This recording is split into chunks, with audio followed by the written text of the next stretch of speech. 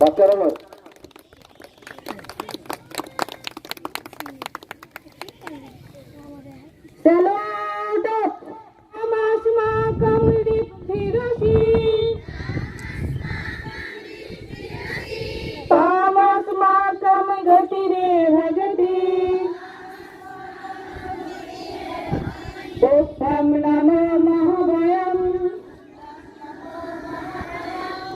তাদেরকে অনুরোধ করছি আপনারা আরেকটু সামনের দিকে এগিয়ে যান, ওই সাইডটাকে ফাঁকা করে দেন। আমাদের বিশেষ অতিথিকে বরণ করে নেওয়া হচ্ছে বহরমপুর স্কুলের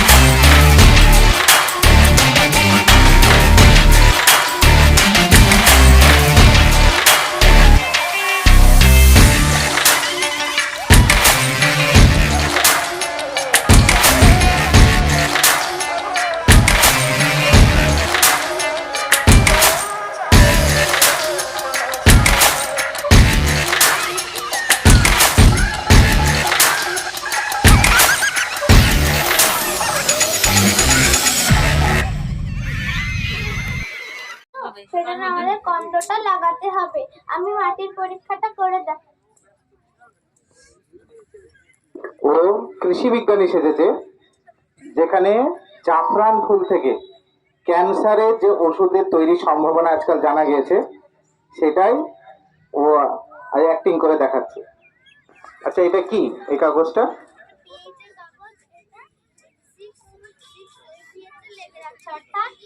তুমি পিএইচ কি জানো?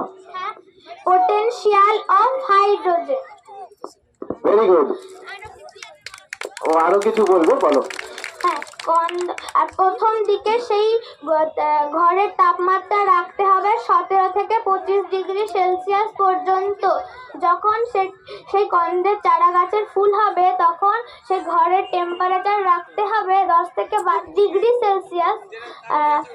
এতে প্রচুর পরিমাণে হিউমিডিটি লাগবে, প্রায় 80 থেকে 85%। তা আমাদের এটাকে আগস্ট মাস বা সেপ্টেম্বরের মাসে লাগাতে হবে, তাহলে এটি আমরা অক্টোবর বা নভেম্বর মাসে পেতে পারি। এই যে আচ্ছা, কি নাম তোমার? আমার নাম সার্থক বৈদ্য। আমাদের সেই জাফরান ফুলের পাপড়িগুলো এইভাবে ছাড়িয়ে নিতে হবে, আর এই যে গর্ভকেশর আর পুংকেশর থাকবে সেগুলোকে আমরা কিছুক্ষণ 45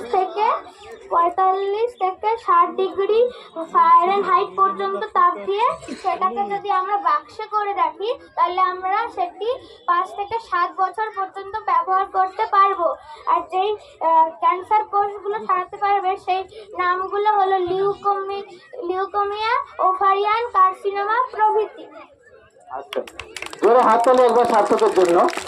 এটা অনেকেই জানে না, ওই যে এই বয়সে পিএইচ কি, গ্রিন হাউস কি।